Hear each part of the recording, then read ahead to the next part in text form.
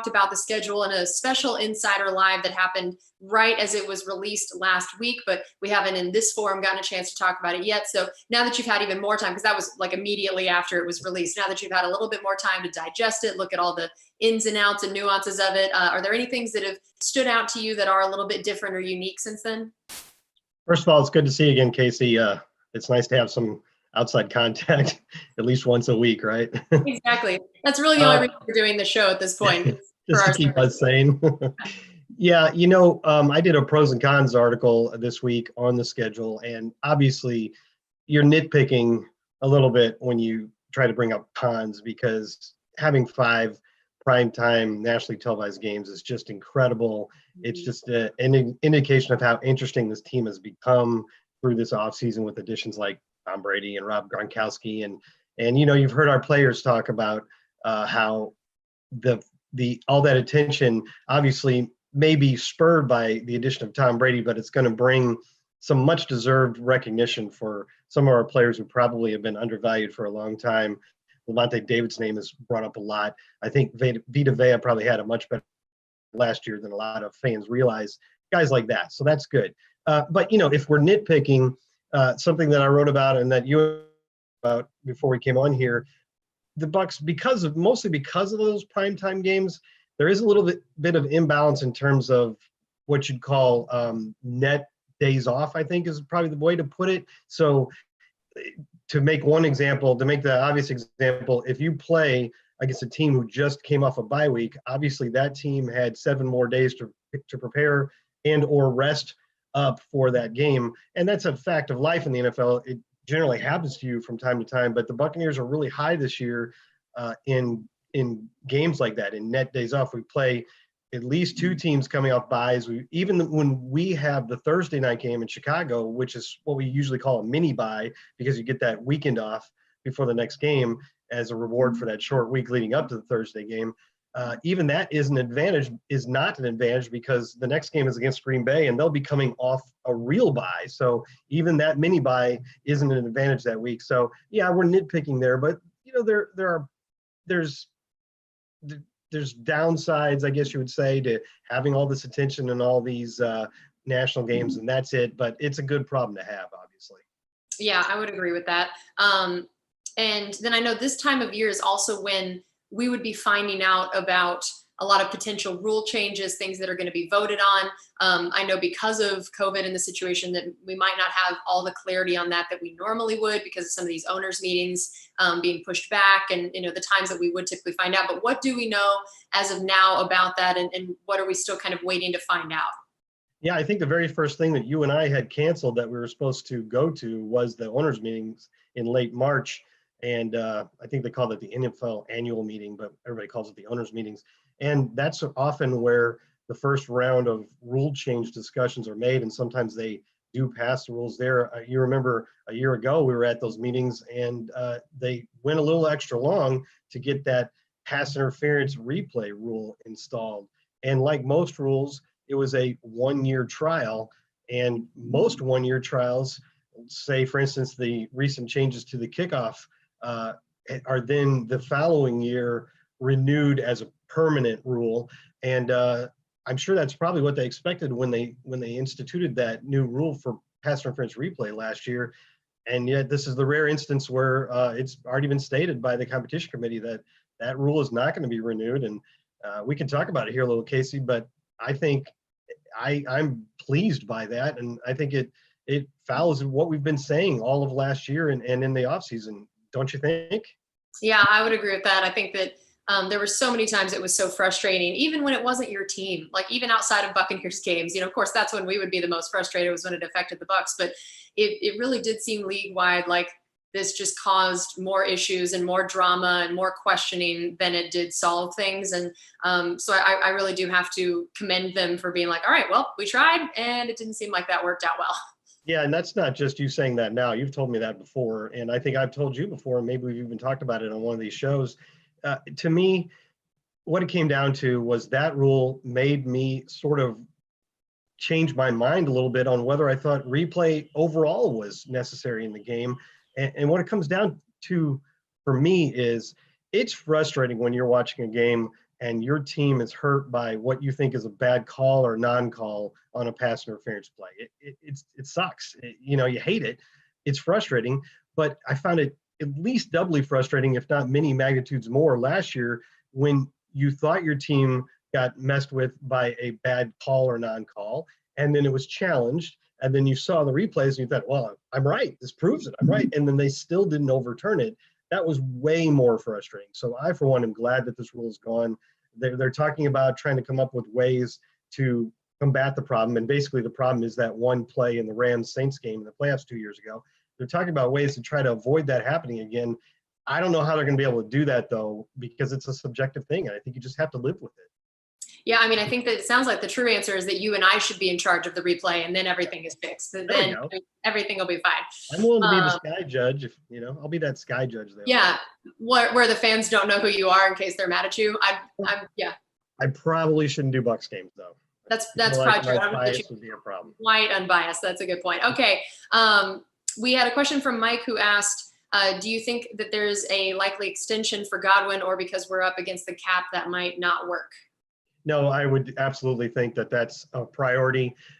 When they talked about this earlier in the offseason, Bruce Arians, Jason Light made it clear that that's a priority, but also made it clear that it's not something that had to get done right away. Like tagging Shaq Barrett had to get done right away, and re-signing Ndamukong Suh and JPP had to get done right away. Re-signing Chris Godwin didn't have to be done. It could be done in August. It could be done in September. I think, if I recall, wasn't McCoy might have been September or October of the year leading up to his free agency, and Levante David might have been in August, I think. And you identify guys that are priorities to keep, and you make an effort to keep them. And I think both sides here want that to happen, so I think it'll get done. And I know I sound like a broken record when it comes to this up against the cap thing. If the Bucs need to create some cap space, they will find a way to make it happen.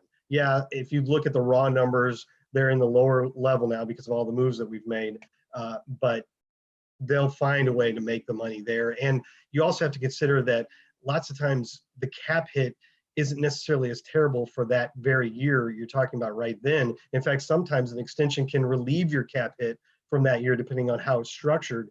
And I don't have the numbers in front of me, but last year I remember everybody talking about how bad our cap situation was and how we're going to be able to do stuff the following offseason, this offseason. And I said, just go look at the cap numbers for 2020. There's a lot of contracts potentially coming off the books. So your cap space for 2021, I don't know it off the top of my head. I wish I was prepared with that, but I'm not. But it's not necessarily as tight as it is right now. Yeah, that's a great point. And Everett asked, are we still eyeing any other potential free agents, or do we think that we're done with that? I kind of don't think so. And I guess this will sound a little contradictory to my last answer, but there isn't a lot of cap space at the moment. You do have to sign all of your draft picks. You might be worried about Chris Godwin extension. And there's been so much done already, and there's not really huge glaring holes on the roster.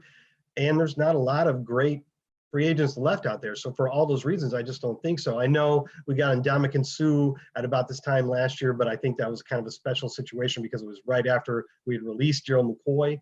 So, I don't think there's a big sign. There's always some signings, but there's not a lot of big signings between now and training camp. And I think this is a year where there won't be one.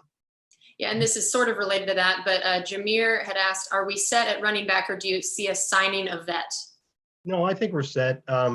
Because they do like Ronald Jones, and obviously they drafted Keyshawn Vaughn with the idea of making him pretty prominent in the offense. I think you don't spend a third-round pick on a running back if you don't think he's going to play that year. Some other positions you might wait a little bit, but running backs generally step right in if they're top day one or day two picks. And they really liked what Ronald Jones did last year. I think that's a good complementary group. And when you hear Bruce Arians talk about it, he always brings up Dario Gumboali and TJ Logan too. So I don't see a veteran addition there. And again, I think I've said it before, when you've got basically a position that you don't necessarily, a lot of teams don't want to put a whole lot of their cap space into because it's a fungible asset and there's a lot of turnover there, a lot of shorter careers. You got two guys that are on rookie contracts. I don't think there's necessarily a good idea there to add a big contract for a veteran. Okay. And this is an interesting question from Jack. He said, how different will the Saints games be from week 1 to week 9? Hmm. Well, I mean, the thing we can't know there is which players might be injured between those two games. Just a couple years ago, there was a big difference when we played New Orleans in week 1 and then later in the season because Jameis Winston was on the suspension. So you had Ryan Fitzpatrick in that first game, that 48-40 shootout, and then Jameis Winston in the second one. So you can't know for sure if you don't know for one reason or another if a player is not available. But I think in this particular case, the chances are higher that the Buccaneers will look different between weeks 1 and 9 than the Saints. The Saints come back mostly intact. I think they're going to have one change on their offensive line. They added Emmanuel Sanders, but that should phase in there pretty easily. Whereas the Buccaneers are introducing a new quarterback. So, we all think Tom Brady will step right in and be awesome, but it makes sense that he'll be more comfortable in the offense in week 9 than week 1. Yeah, that's very true. I know we talked a little bit about running back already, but Jericho had asked, how likely or possible is it that Vaughn could end up getting the starting nod over Rojo? I really don't think that's going to happen, at least at the beginning of the season. Like I said, they liked what Rojo did. There were a number of plays last year, his longest plays, that were called back that would have made his stats look even better. I'm sure a lot of players can say that, but still, that's the way they feel about him. And I think there really is no reason why you would take the rookie third rounder and make him the starter right away over your incumbent third year back unless you didn't like that guy. And I think they do like that guy. So, again, this is the second time I'm going to say it. I sound like a broken record here, but it's all that critical which guy is named the starter. Ronald Jones wasn't the starter for the first 7 games last year, but he was certainly playing at least as much as Peyton Barber. Right. Yeah, that's true. This is an interesting question. Mike said, with teams not really paying running backs, are most teams just planning to draft one every year in the second or third round and not plan to pay a second contract? And do you see other positions that teams might use this philosophy? Well, that is a really good question. And I don't know about every year, but maybe every couple of years. That's certainly what the Buccaneers have just done. And you sometimes find guys that help you out even in undrafted free agency, like Peyton Barber. And really the history of the last maybe 5-6 years of running backs getting second big contracts, like, for instance, Carolina just gave Christian McCaffrey a huge contract. I think that's pretty understandable given how important he is to their offense. And he's sort of like the new face of the franchise now that Cam Newton and Luke Kuechly are gone. It's kind of understandable there. But Todd Gurley, Jerick McKinnon, Devontae Freeman, these guys getting these second contracts, it just seems to more often than not really pay off in the long run. So I don't think that the Buccaneers draft a Keyshawn Vaughn thinking he's going to be gone in 5 years. Certainly not. They hope he's awesome and they have a reason to pay him again in 5 years. But I think there probably is a realization that is more commonly a position that doesn't get a big second contract. So that concept makes a lot of sense to me. Does it apply to any other positions? Not off the top of my head. No, I don't think so. It's just that running back in particular, their careers are generally so short and they're replaced a lot. And, I don't want to say that in to make anyone feel bad about Ronald Jones or Keyshawn Vaughn. Again, we hope those guys are around for a long time. Just history suggests that if you're talking about the league as a whole, there is so much turnover there. Yeah, it is such a unique position in that way. That Todd asked, oh, yes, it was. I thought that was very unique. Todd asked, are they talking to Barrett still about a long-term contract, or do we think they're just going to do the 1-year deal on the franchise tag? Yeah, and that's the kind of thing that both sides are obviously keeping quiet. I would guess that they're talking to him about a long-term contract. Doesn't mean it's going to happen. I did a story like several months. It's hard to keep track of time these days, but weeks and weeks ago about what has happened to all the people that have been franchise tagged. And it's about 50-50 whether they end up remaining with the team for past that first year. So there's certainly reason to question whether or not it'll be more than a 1-year deal. But I think given the guy, they love the guy, they think they got him at the perfect time that, they took him from a spot where he's a rotational player, thought he could do more as a starter and a guy that gets like 75% of the snaps. And that's exactly what happened. That's exactly what you're trying to do in free agency. And unfortunately it was only a 1-year contract. So now you have to pay up, but I think they like the guy and they believe that this was not in any case a flash in the pan. So I think they would like to get a long-term deal done. Doesn't mean it'll happen, but that would be my guess. Right. John asked, how many tight ends do you think we'll keep? Well, I think we'll probably have 4 on the roster. A 5th one could force his way on there. It just depends, obviously, on positional needs at other spots.